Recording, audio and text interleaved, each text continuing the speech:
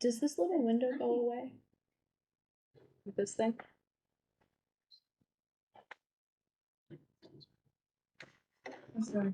Just because it's also projecting. Yeah, I can if put you up a just table. Yeah, it seems like it's step more. outside into the Well, yeah. hallway. Yeah. Dumb question. All right, thank you. I sat here last time and it's like one time he's like, oh, I can here at like my end table. It's like, oh, that's so nice.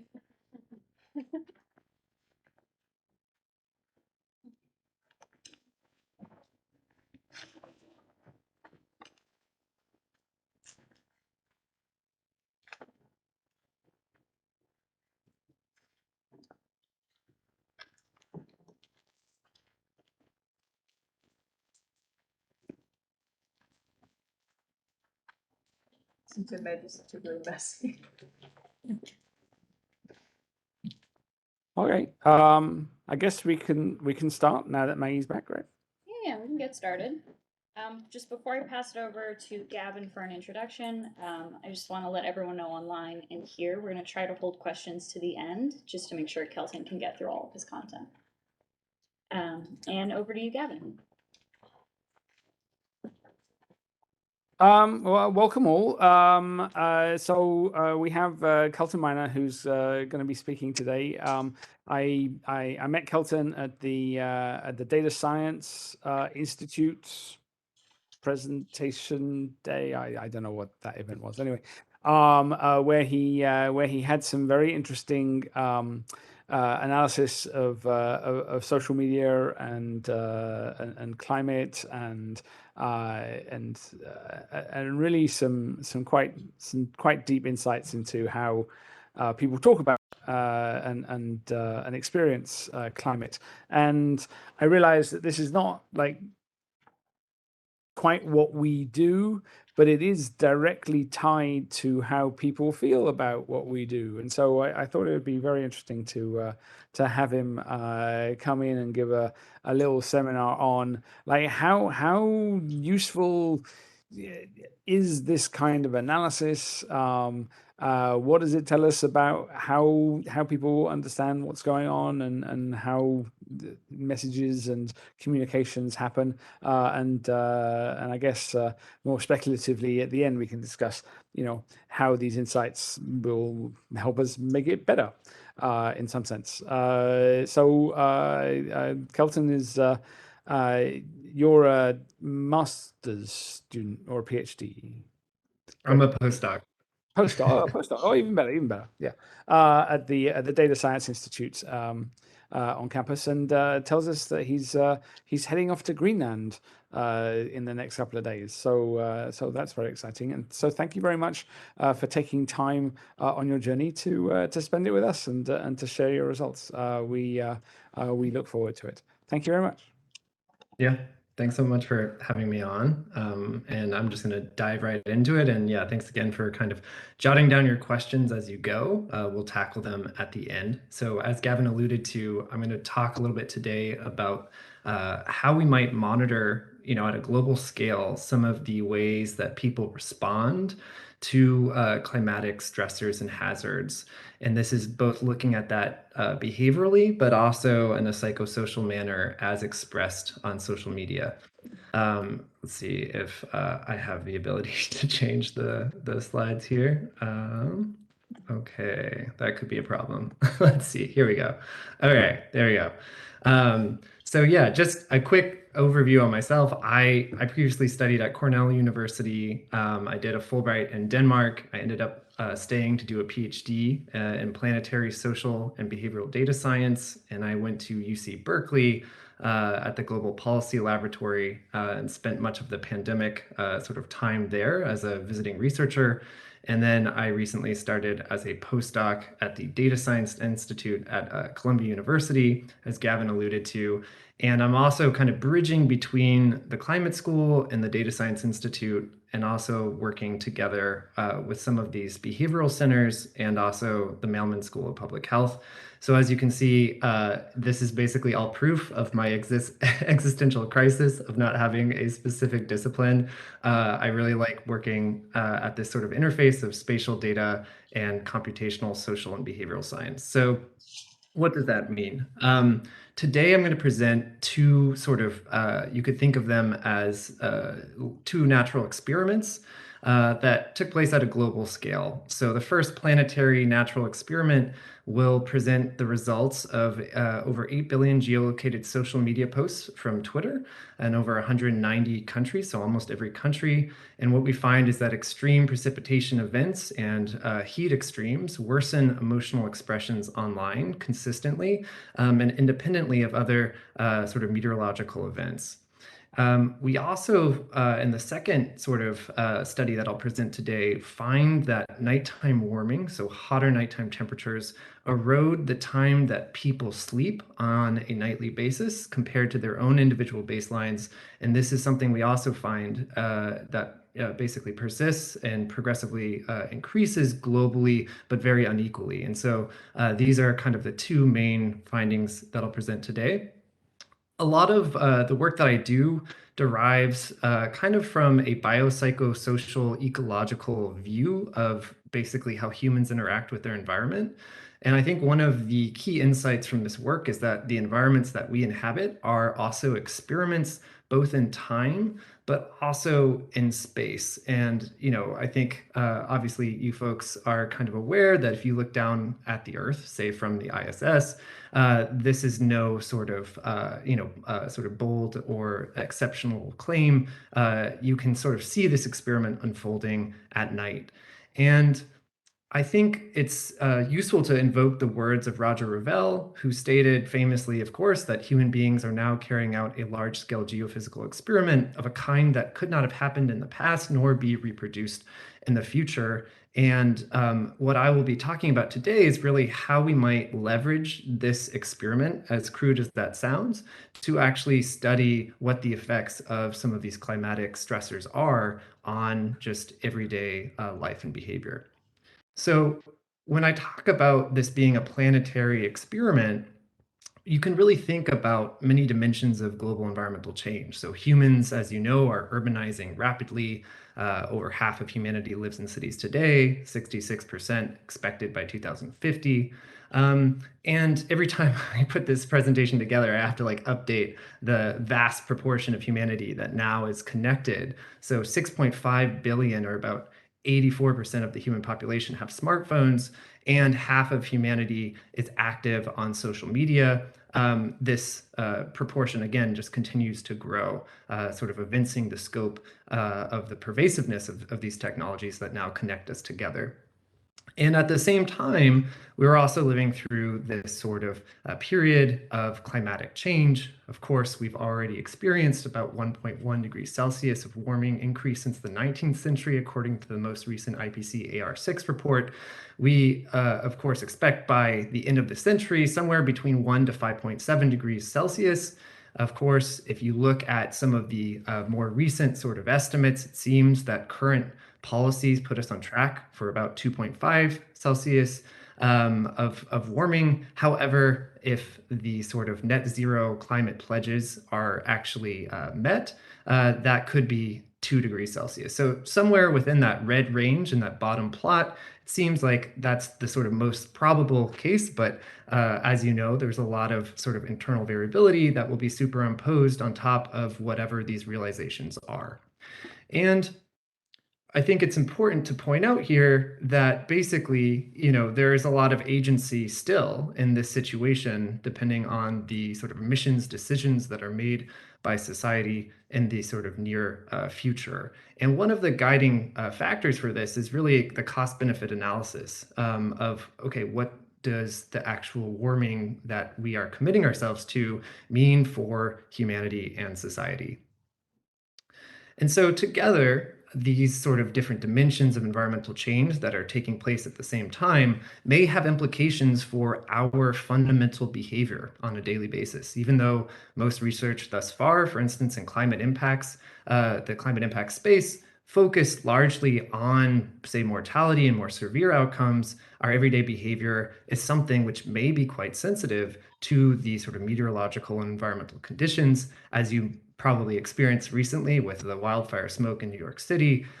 These sort of ambient conditions can really affect what we do, even inside. And I think it's just important or useful and maybe inspiring to kind of look back at some of Muybridge's original photographs of human behavior and animal behavior and think about how we actually go about capturing what people are doing. And this sounds like a pretty obvious thing, but it's actually really difficult to study behavior at the temporal and spatial resolution needed to resolve some of these environmental relationships. And if we just, I think take like an abstraction here, one of the things that I've found that is helpful to think about is that there are health-related behaviors, and most human behaviors are health-related. Some of these behaviors diminish what our sort of general sense of health is, and some other behaviors help us maintain the health that we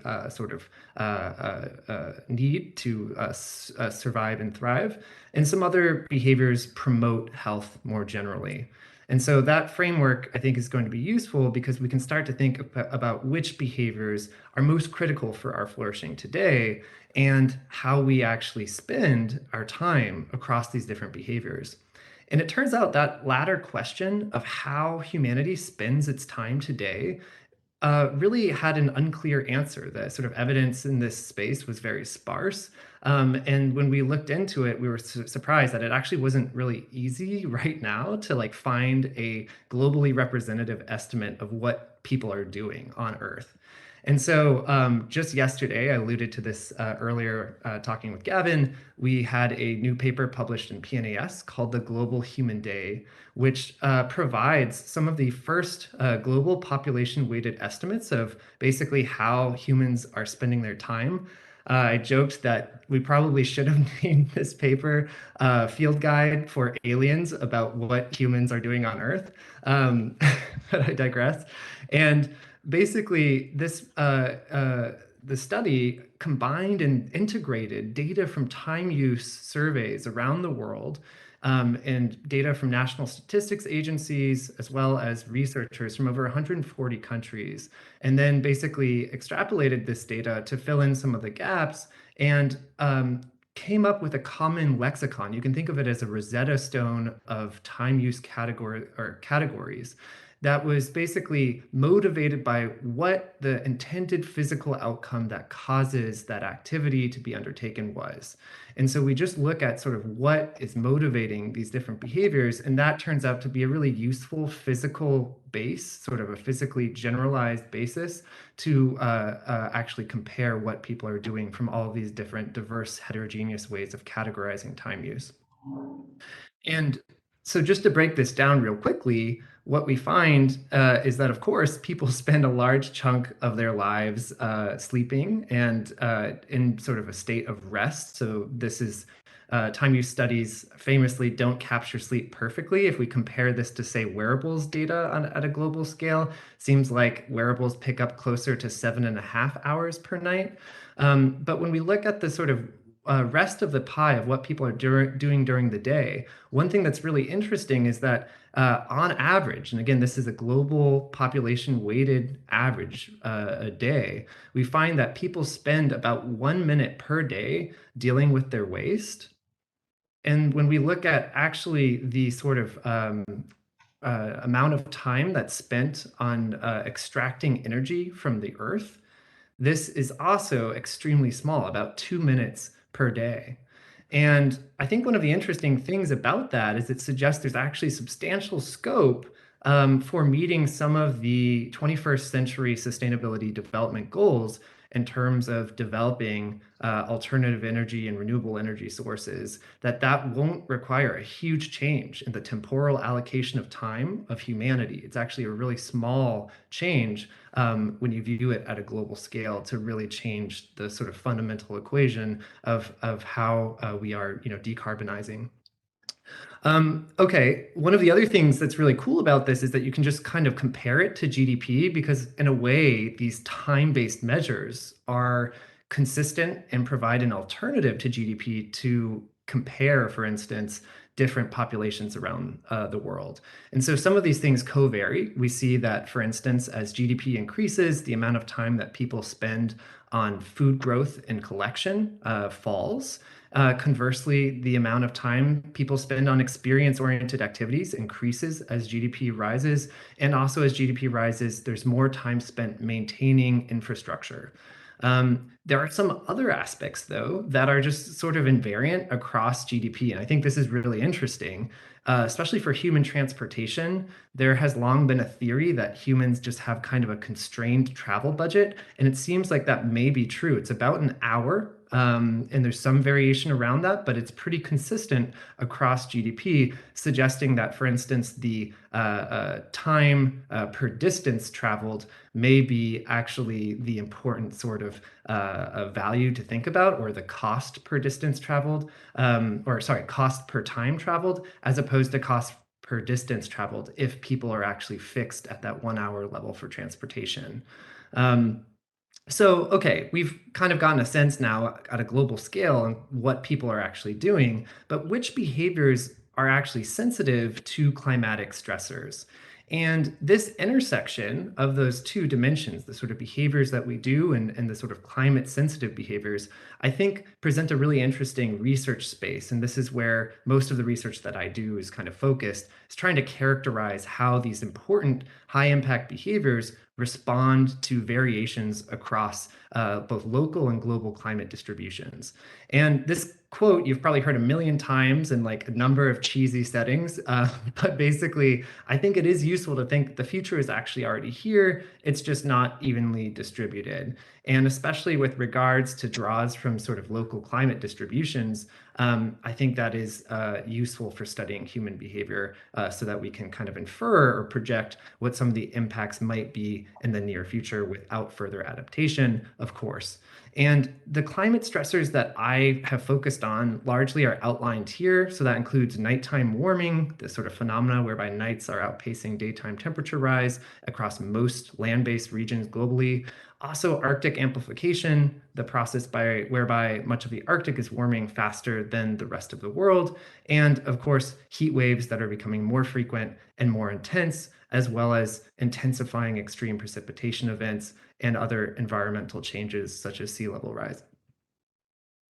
So this first project that I'll present is focused really on how people emote online when they are exposed to some of these climatic extremes, including heat waves and extreme precipitation. And this research was presented or published in the 2022 report of the Lancet Countdown on Health and Climate Change. And there's actually a new version of this that will be coming out in the upcoming report in the fall, which I can allude to briefly, but I can't show you the results yet because they're not out.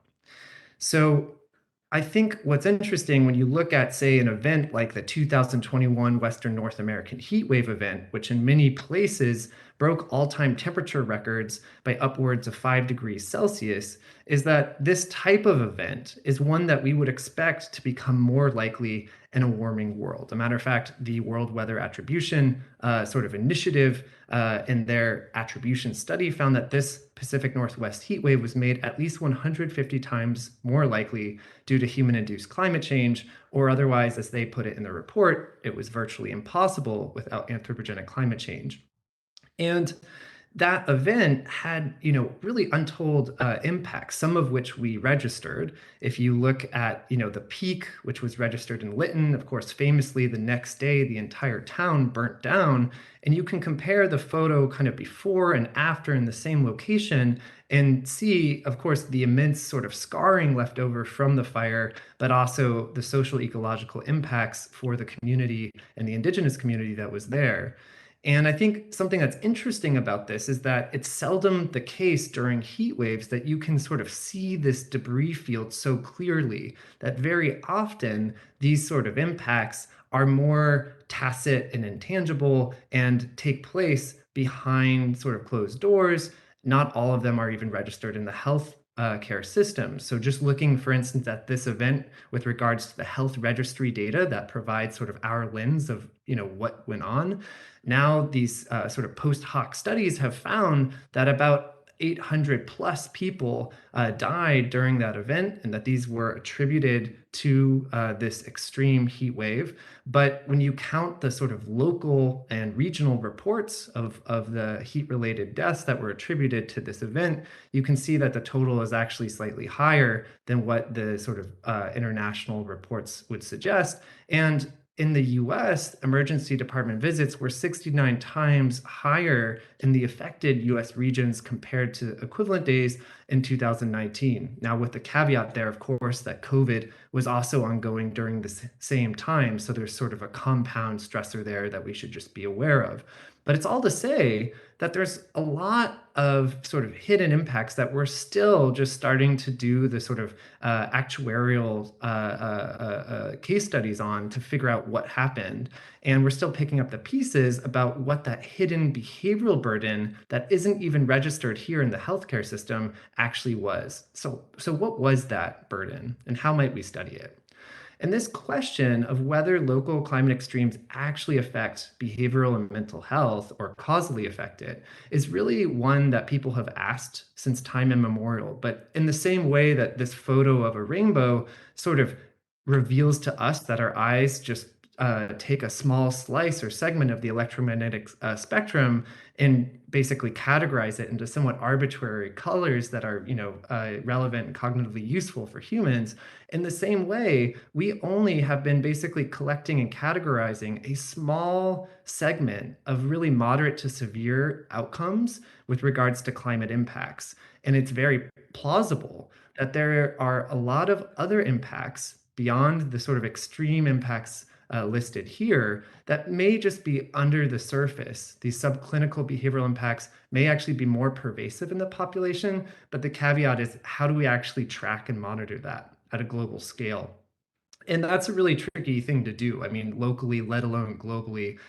So what I'm going to present here is basically just one thought experiment and how we might start to do that in different sort of ways for various behaviors. And I'm going to take some inspiration here from the sort of reanalysis framework. And basically, just like the sort of ECMWF or say INSEP-R2 in the US reanalysis models sort of compile both a physical model and use a global observation system from both weather stations and boats and planes and other in situ observations, and basically assimilate those data observations with the physical model to output a globally contiguous map that is really useful for a number of climatological and also meteorological based studies. We kind of want to draw a similar analogy with all of the social media data that is being produced globally. And so what we're going to do here is, for each pixel on the planet, we're going to compute a local heat wave and extreme rainfall, basically threshold globally for every single land-based pixel.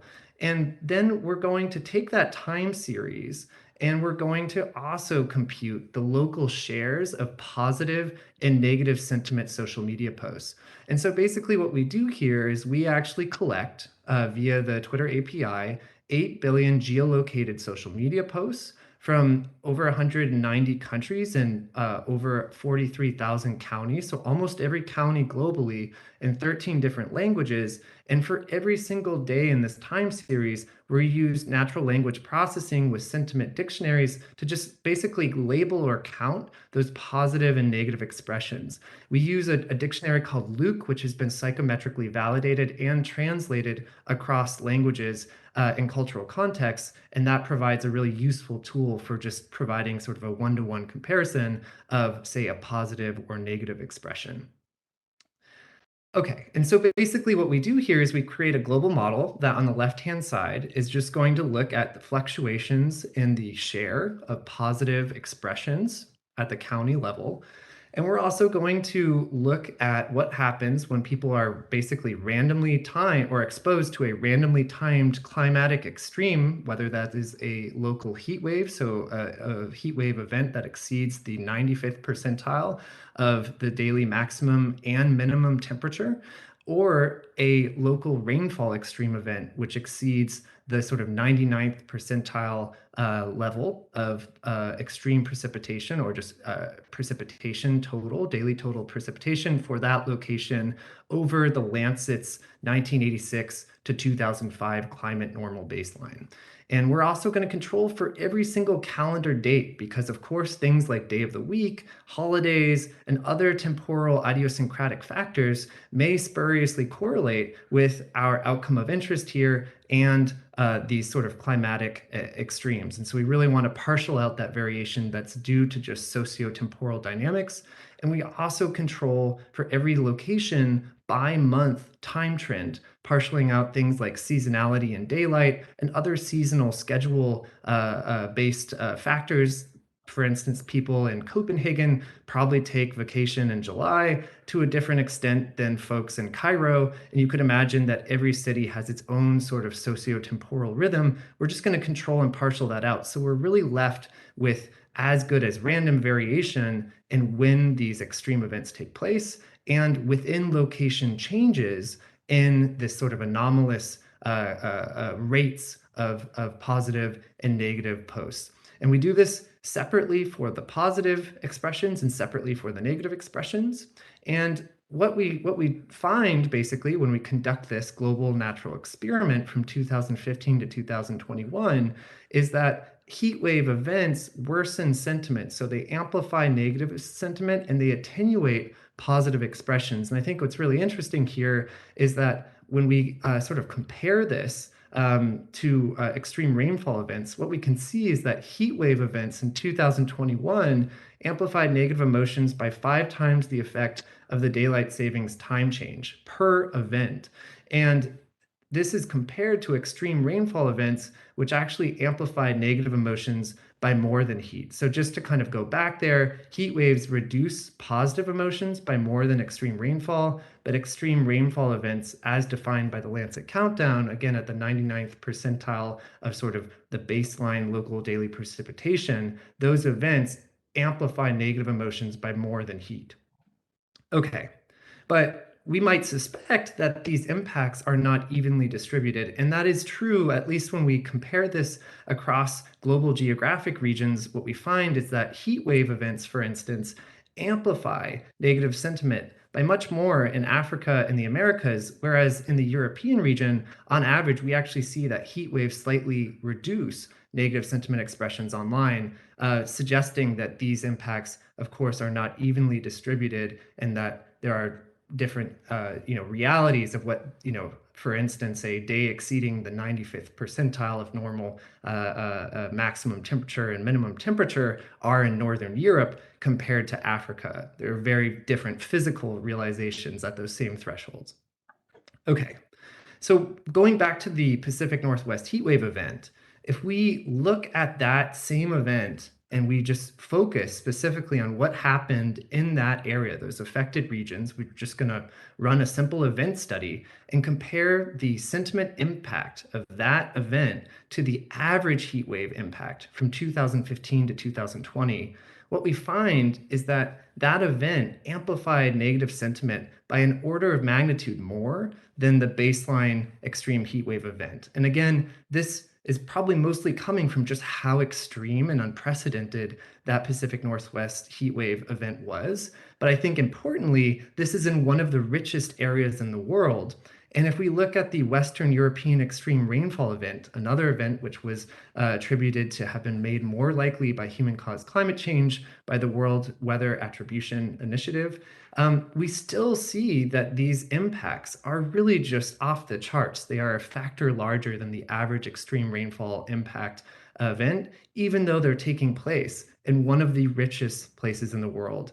And I think together, this suggests that some of these emerging climatic extremes at the tails of local weather distributions induce large psychosocial impacts, even in some of the most affluent parts of the world that we would suspect to be well equipped and adapted to weather these types of events.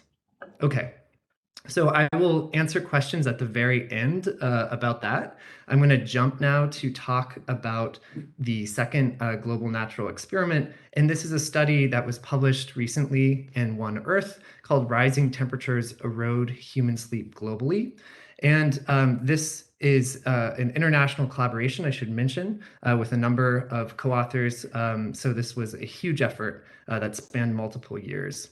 And when we were talking and kind of looking at some of those heat-related effects on people's emotional expressions online, one of the questions that at least I, contemplated or pondered over was what might be the mechanism actually driving that? In other words, what about really hot weather causes people to be disgruntled? Again, we can see randomly timed periods of heat cause people to express themselves differently compared to their own baselines at that exact same place and time of year. So what's going on there?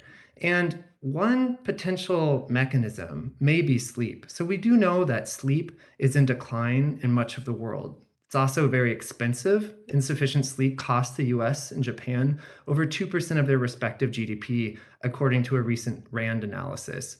And from 1985 to 2012, the proportion of people sleeping, basically getting short sleep or less than 6 hours in the US, was found to have increased. And another study from 2010 to 2018 found a uptick in the proportion of people that were sleeping less than 7 hours in the US, and less than 7 hours is kind of the National Sleep Foundation's threshold for short sleep.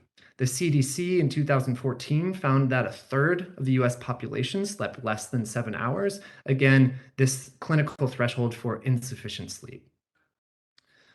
Now, we know that on really hot days, sentiment degrades.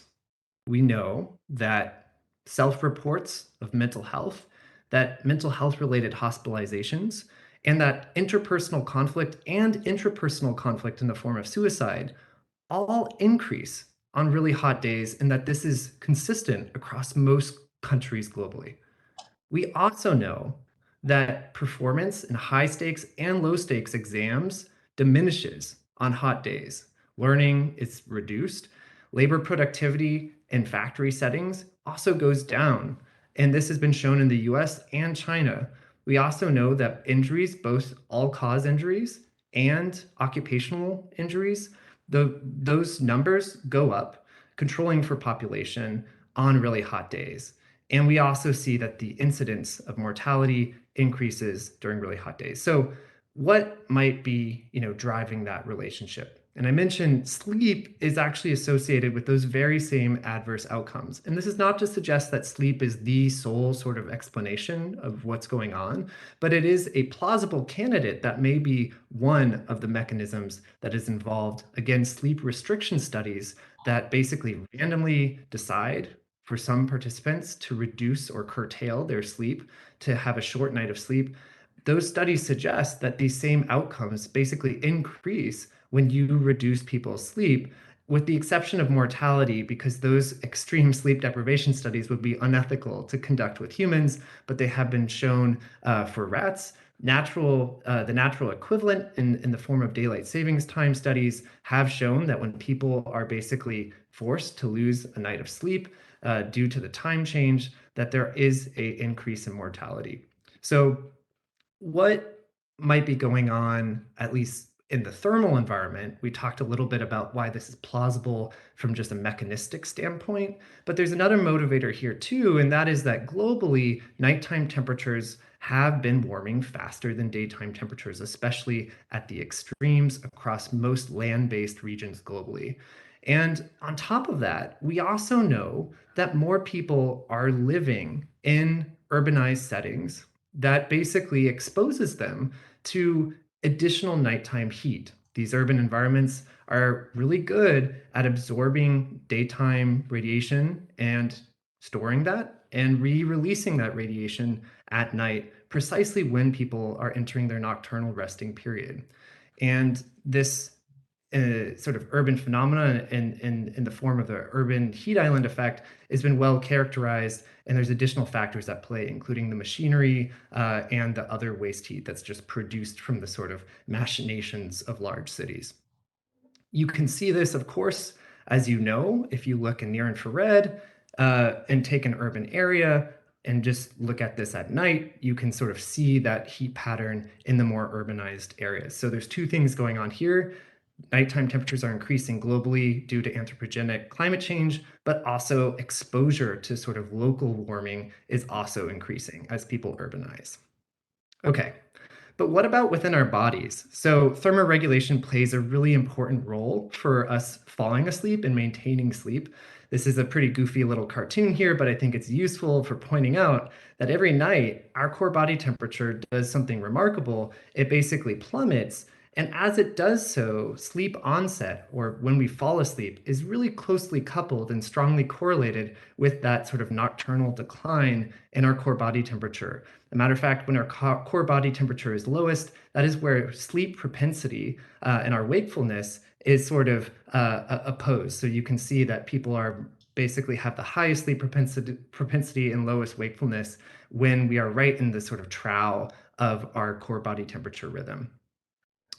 But we also know that our body's ability to basically reduce its core body temperature depends on the surrounding environment being cooler than us. And that gradient, that thermal gradient, is really critical in our body's capacity to shed heat at night. So before sleep, our distal regions, our hands, our feet light up. If you were a snake looking at a human body at night, you would see the feet and hands glow and basically start to shed heat into the surrounding environment. And it has been shown in really controlled sleep laboratory studies that basically tie people down to stretchers and prevent them from adapting as they naturally would, that the duration of wakefulness increases when it's too cold or too hot. And this is important, for instance, if you're designing a spaceship or thinking about thermoregulation in an environment where people might not have as many controls as they normally do. But I think what's sort of the caveat here and the limitation is that in the real world, people do change. We put on clothes, we use sheets, we change our behavior. And it turns out there was really a dearth of literature about what people actually do in the real world when they are going about their everyday lives, when they're exposed to varying climatic conditions. And so what I'm going to present to you here is really the first global scale study looking at the effect of nighttime ambient minimum temperature on individual level sleep outcomes, again, across 68 countries. This is a data set that was comprised of over 10.7 billion minute-by-minute sleep observations from sleep tracking wristbands that had sort of onboard accelerometers. This data set was aggregated into 7.4 million nightly sleep observations from 47,000 plus participants, again, across 68 countries.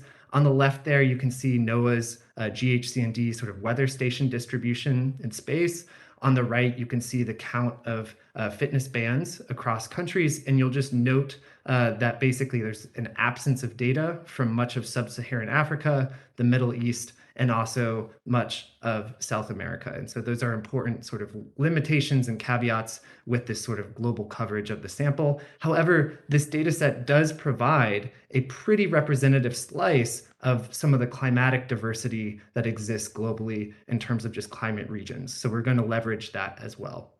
Now, we might be concerned that there are other social factors that impact how people sleep. And we can see it right here. If we just look at the average within-person deviation in nightly sleep duration and plot this for the entire sample over 1 year in the data, you can see that basically people, no surprise, are getting some sleep sort of deprivation during the work week. And on the weekends, they recover a bit. And there's those spikes that you can see when people get more sleep than they normally do. And then they go back to work and they get sort of hit with another wave of less sleep than they probably desire. And this is a really interesting phenomena. You can basically see the machinations of the working week at play here, but you can also see some other funny things. There's some sort of temporality, some seasonality going on as well, potentially due to changes in daylight. And essentially, we want to control for this entire surface. We want to partial out those social and temporal rhythms, kind of like we did with that social media study. And so what we're going to do here is create this global environmental contextual model where our theoretical relationship of interest is the effect of nighttime temperature on individual level sleep outcomes in a given region on a given day. And the challenge here is that there are unobserved individual, geographic, and sociotemporal factors that may influence sleep duration in a way that correlates with weather. And so what we do here is we basically use a multivariate fixed effects model where we're going to conduct basically the best natural experiment that we can in lieu of randomly assigning people to different climates around the world, which would just cost a lot of money and be really difficult to probably convince grant funders to give their money towards, and also would have other ethical problems of just randomly sending people around the world. But basically, in lieu of that perfect experiment, we conduct a natural experiment where we're just going to look within individuals at the fluctuations in their sleep outcomes and look at those fluctuations compared to the sort of random fluctuations in nighttime temperatures that they are exposed to. So we're going to bin nighttime temperature or minimum temperature into 5 degrees Celsius bins. We're also going to add climatological normals that we compute for each person and each night, depending on where they slept, for the 1981 to 2010 climate normal range. And we're also going to control for other meteorological factors, including precipitation, relative humidity, and we're also going to include for control for cloud cover, as well as wind speed, diurnal temperature range, and I think I mentioned precipitation as well. So quite a set of controls. These individual fixed effects, again, control for the fact that we all sleep a little bit differently. We all have a different sleep baseline. And the day of study fixed effects are going to control for basically every day of study time trend that you saw in that plot that I showed before. So we're just going to partial out things like holidays, day of the week, and other seasonal factors as well. And the administrative region 1 or state US equivalent by month fixed effects are going to control for that surface of seasonality that is idiosyncratic to the specific place. And we cluster these standard errors at the state level. So, why do we do all of this? Well, our empirical identifying assumption is that the remaining variation in daily minimum temperature is as good as random after conditioning on those controls. And thus, the estimated model coefficients can be interpreted as the causal effects of increases in nighttime temperature on sleep loss, rather than just, say, an association. Now, you might be skeptical here, and perhaps rightfully so. So let's just look at what happens if we take a time series of temperature and add these controls. And basically what you can see here is that when you just add, say, the individual controls in blue, you can still see that there's some seasonality in the temperature series. If you add all controls, so individual day of the study plus state by month controls, you'll notice that basically the leftover variation is as good as random. It is quasi-random and plausibly exogenous. And that's really useful if we want to actually identify a causal effect of a randomly timed fluctuation in temperature on sleep outcomes. So what do we find? So basically, I'm going to show the same response on the left-hand side using NOAA's global historical climatological daily weather station data, so GHC&D. On the right, we're going to use NOAA's reanalysis product INCEPT R2, and we're just going to look at this response. So what we find is that as nighttime temperatures warm to about 10 degrees Celsius, that sleep slightly declines, but not by much. And we see above 10 degrees Celsius that people start to lose about 0.61 minutes of sleep loss per degree. And importantly, the sleep loss increases consistently and progressively. So the effects, the marginal effects, become progressively larger past that point. And we're not really seeing evidence here that people are adapting to hotter temperatures. Matter of fact, one sort of insight from this is that people appear much better adapted to cold nighttime temperatures as opposed to hot ones. When it's colder outside, people actually sleep more. Now, we could be, skeptical that potentially what we're looking at there is something a little bit different, because we are identifying off of warmer than average temperatures. But what about temperature anomalies that are constructed from the sort of longer climatological normal? So now we're using the 1981 to 2010 climatological normal, and we're just going to take the nightly T-min, subtract that normal for every person night. And what we find is that, again, randomly timed nighttime temperature anomalies reduce and erode sleep. And this is consistent across both the NOAA GHCND station-based product and the reanalysis data. Okay, so what's going on here? Like, where are people losing the sleep, and like, how is this happening? And so if we decompose this, we see that most of the sleep loss is coming from people falling asleep later. So there's a delay in when people have their sleep onset, but also on really hot nights, you can see it at the top there, that people actually wake up earlier as well. And so there's a compression of the sleep period going on. Now, we might suspect that these impacts are heterogeneous demographically, and as we find, the impact per degree of warming on sleep loss for the elderly is twice as large compared to middle-aged and younger adults. And importantly, we also find that the impact on females is about 25% larger than males, but the effect size of that difference is very small, even though it's a significant difference.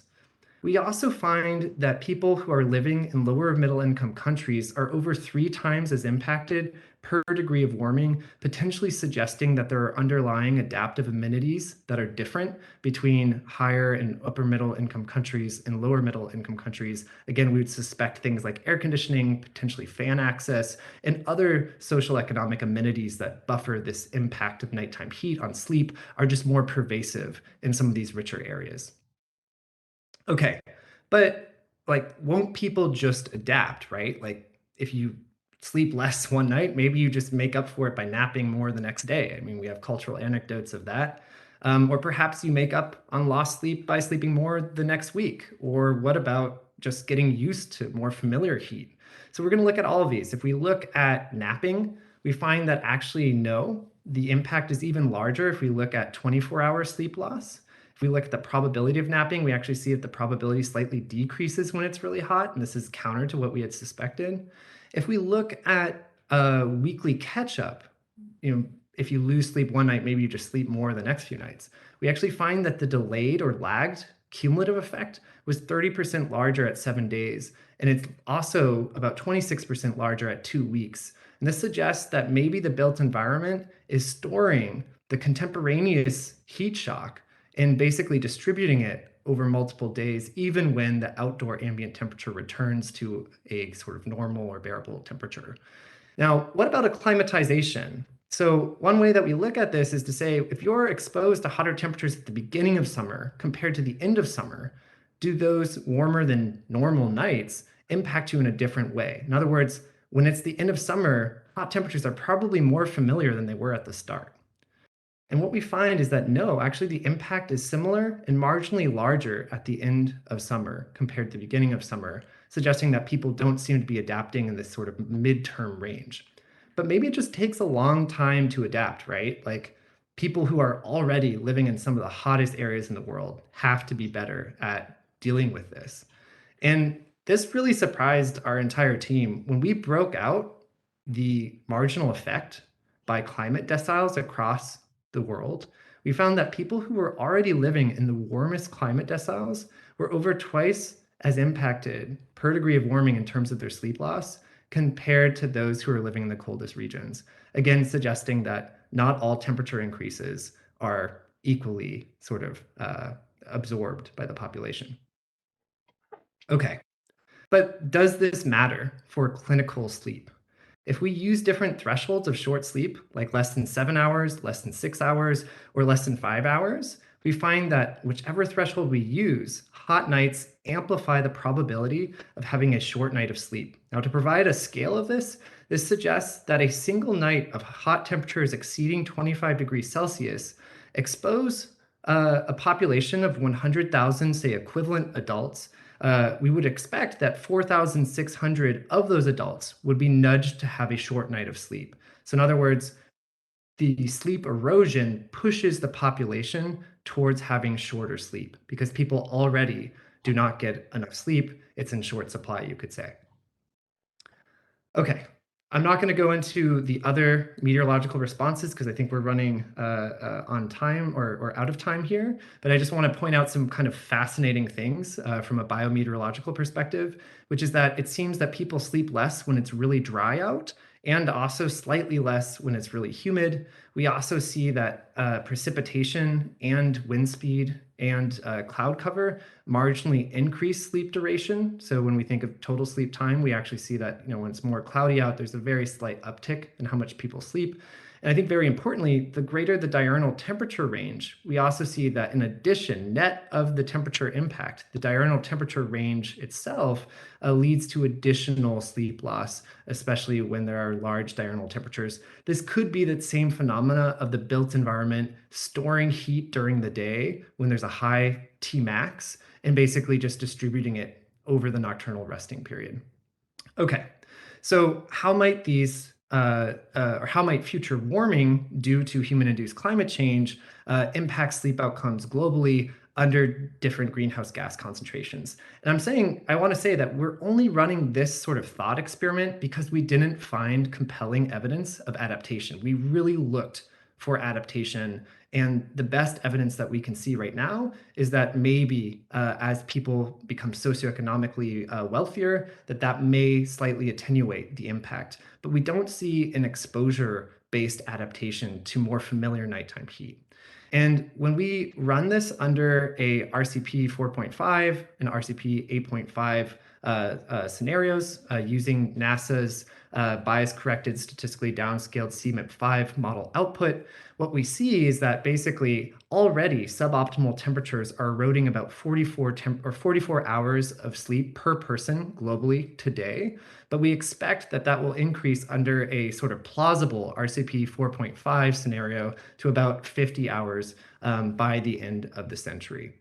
And when we look at the sort of projected excess short sleep, we can see that the additional number of short nights are projected to increase barring further adaptation. And I think very importantly, we just see that impact scales as the sort of greenhouse gas concentrations are elevated in that higher scenario. So that distribution sort of starts to spread out and you get a longer tail. And that uncertainty, of course, is something that we should try to avoid and constrain from an adaptation and mitigation perspective.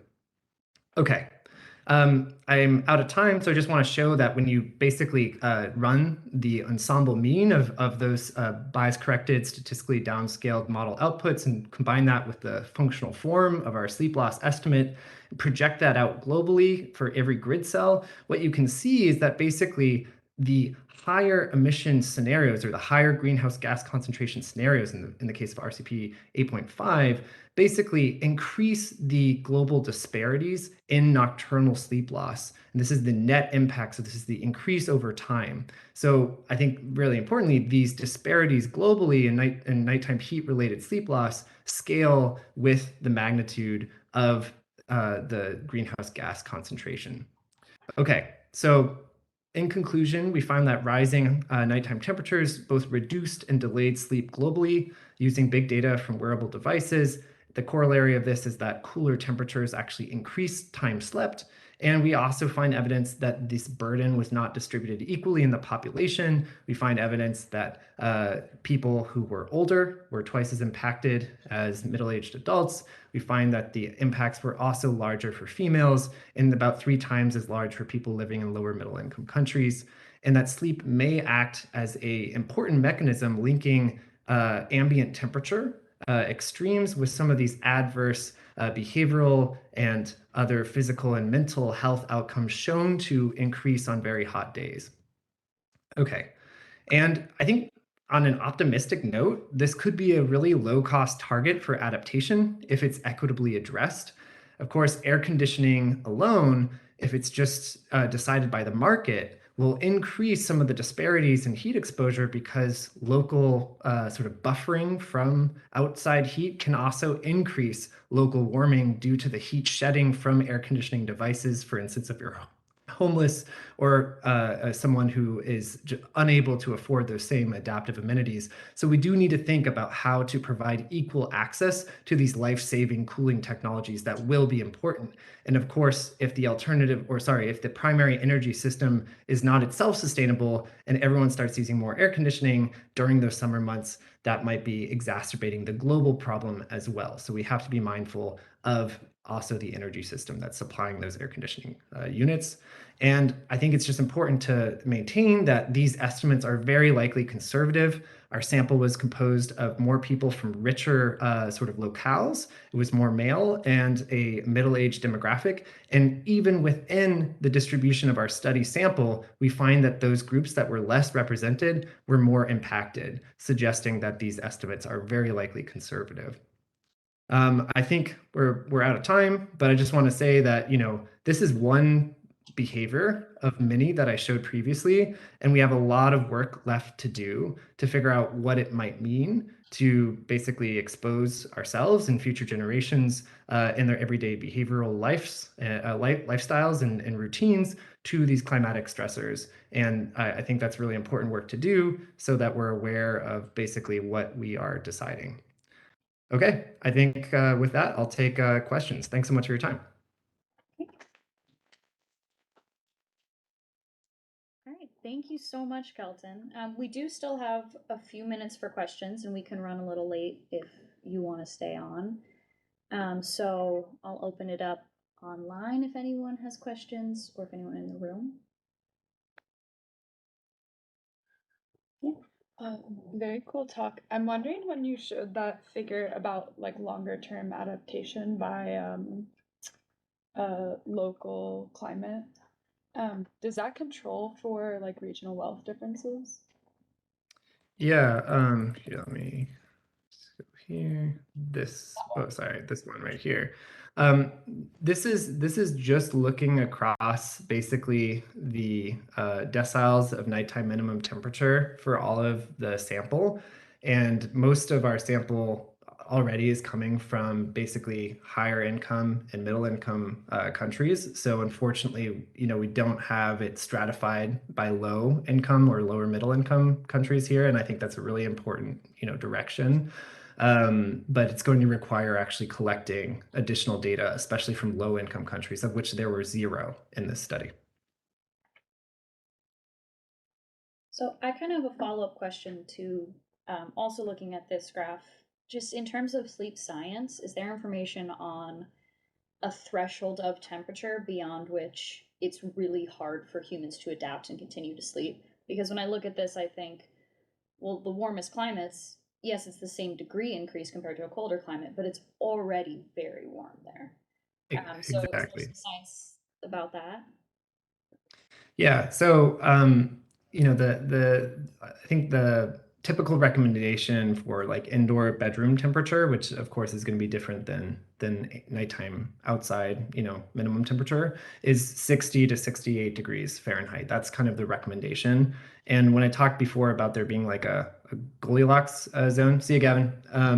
When there's kind of this Goldilocks zone for when people sleep better, in sleep laboratory studies, it's right around that. But what you can see is that when it gets above that, people start to sleep progressively worse and have more disrupted sleep.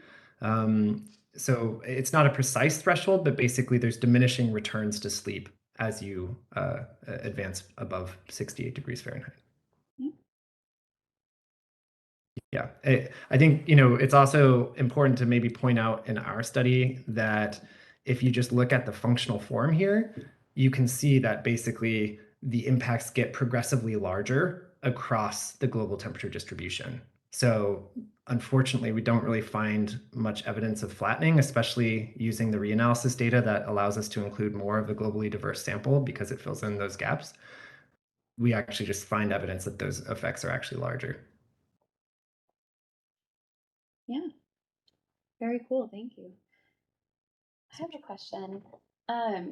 Yeah, this is fascinating. And you mentioned how, your results are very conservative just based on the available data.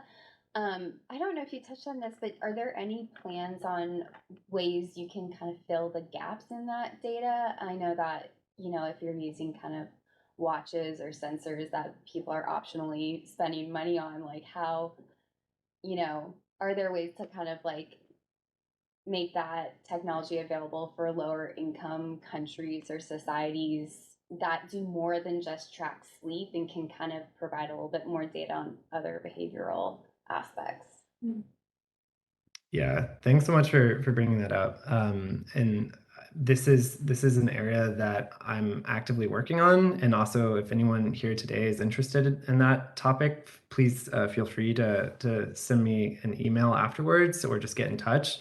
I'm currently in the process of trying to coordinate basically like a planetary behavioral health working group to try to like fill in those gaps. And I think it's going to take like a serious international collaboration to do that well. But even within the US, for instance, there's so much work that we could do just by basically distributing some of these wearable devices in a ethical way and with people's consent, of course. But basically trying to fill in those gaps across the population, and also with regards to even incarcerated populations that are living in prisons that do not have access to things like air conditioning or the control of them. So, there's a lot of important questions here. I'd be very interested how homeless populations in the US, respond during heat waves. I would imagine that those impacts would be larger. Okay. Yeah. I think we have someone that has raised their hand online. So if you want, Hannah, you can just go ahead and unmute yourself and ask a question. Sure. Thanks. Thank you.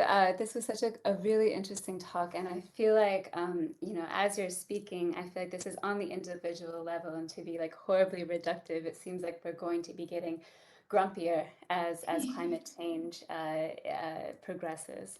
And so I'm just curious about kind of scaling up some of these findings, and so like how this might relate to, for example, conflict or to climate action. I had this question about sort of our response to these shifting baselines, and it seems like, particularly in your sleep impact study, we aren't really acclimating to sort of these degrading conditions. So yeah, I guess I was just, and I, also how this might tie to climate migration movements as well. And so I'm just curious, like how you're thinking, like from individual to sort of scaling up these responses with this really awesome, like kind of concrete research. Yeah. Thanks for your question, Hannah. And, so just to kind of, repeat it, like, how do we go from kind of the individual to society? And in some ways, actually, from like an ecological inference perspective, it's actually a lot easier to go from an individual up to society rather than just using, for instance, like aggregated data and trying to predict if this is impacting individuals. And I think one of the powerful things here is that all of these estimates are within person estimates. So basically, they're controlling for unobserved, stable personal characteristics and things that we as researchers would never have access to. And even within this pretty privileged, I would say, and more affluent population, we're finding pretty meaningful effects that are unequal within that population. And so, one exercise that you can do is, for instance, taking one of these functional forms, looking at it with regards to the future sort of damages and scaling that to societies. And that's something that I think we could move towards, but we're going to have to fill in some of those data gaps to feel very confident that we're not just really underestimating what that burden is. But it's probably a good start. And our results here would suggest that already suboptimal temperatures are eroding about 44 hours per year per person and that's a globally weighted population average within the countries, the 68 countries that we did our study on.